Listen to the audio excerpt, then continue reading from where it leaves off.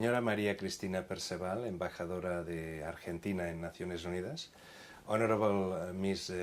Janet Segal, Chair of the Committee on Aging, authorities, dear colleagues, ladies and gentlemen. It's my honor and great pleasure to address you at the occasion of the 25th annual celebration of the International Day of Older Persons. Older persons play a very significant role in our society. The steady increase in human longevity represents one of the greatest transformations of our times, for the good. And demographic studies confirm that during the last century, improvements in medicine and sanitation increased the human lifespan almost by 50%, reaching now already worldwide an average around 25 years of age, and probably in the forthcoming years more. This is changing the human reality, the human society, and it's representing a very challenging issue for our future, for the quality of our future society. All people, they have contributed a lot to reach the level of development that we have now in the human society.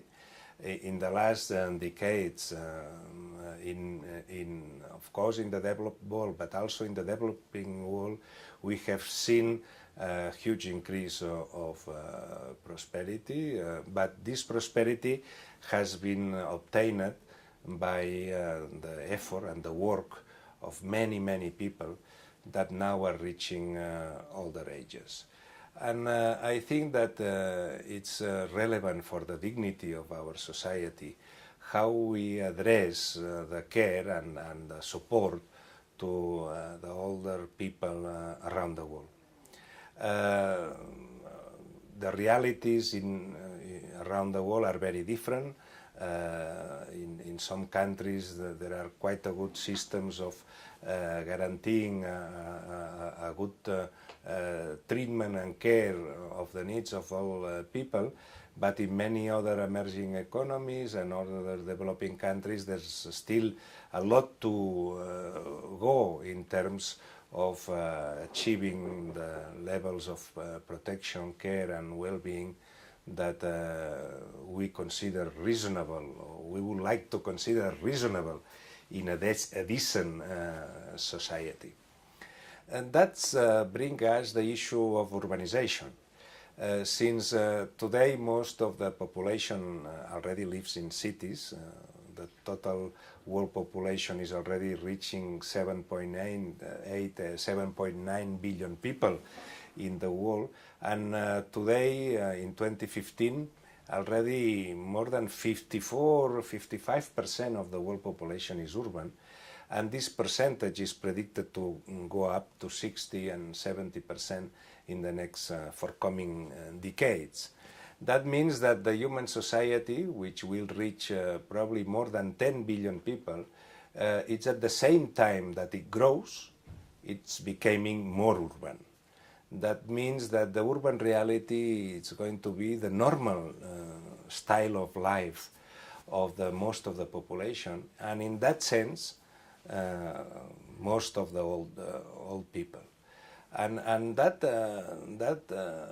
it presents us a very important challenge, because then we need to consider how urbanization is approaching, how urbanization is preparing for this reality. Again, there are some places in the world where we are already seeing places and cities where most of the people are older people. And that we know that is presenting quite a number of issues, but also this is going to emerge as a global question in the forthcoming decades. I think that requires a close attention to urbanization. It is about making sure that the urban design is evolving in a manner that it can better satisfy the needs of the older people.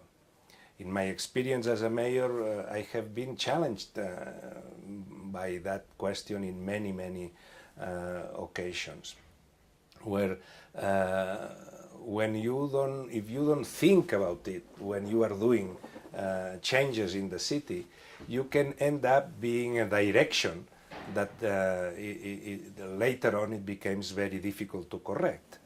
And in that sense, we are advocating from UNHABITAT a kind of approach to urbanization that focus on these qualitative issues of urbanization, because this is already a fact, a reality that we know it will happen. We don't have excuses to say, oh, I didn't know that the society will evolve on that direction. I didn't know that the city will evolve on that direction. But we already know that the cities are going to evolve in that direction.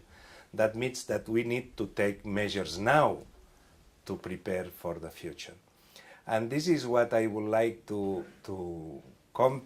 bring to your debates today, to your consideration, in order of how can we team up in the same direction, in the direction on working, thinking, preparing for a better city for the older people. In a city, the older people in modern societies, usually they found the kind of services, the kind of company sometimes, the kind of proximity that the modern life perhaps doesn't provide with traditional familiar schemes or familiar structure of the past. And in that sense also we have here another opportunity, another, let's say, duty of urbanization in terms of thinking on it, thinking on how can we also in the design of cities favor this possibility for all people to get together, to be engaged in an active life, to be engaged in fulfillment of their desires in a positive manner. I think that those are the challenges of the future. If we are optimistic about the future, because I think that we must be, we try to work hard in order to obtain this kind of positive urbanization that could benefit also the life, of course, of the all people, the ones to whom we own so much as a society, and the ones that they merit the recognition and the effort of our societies. Thank you very much.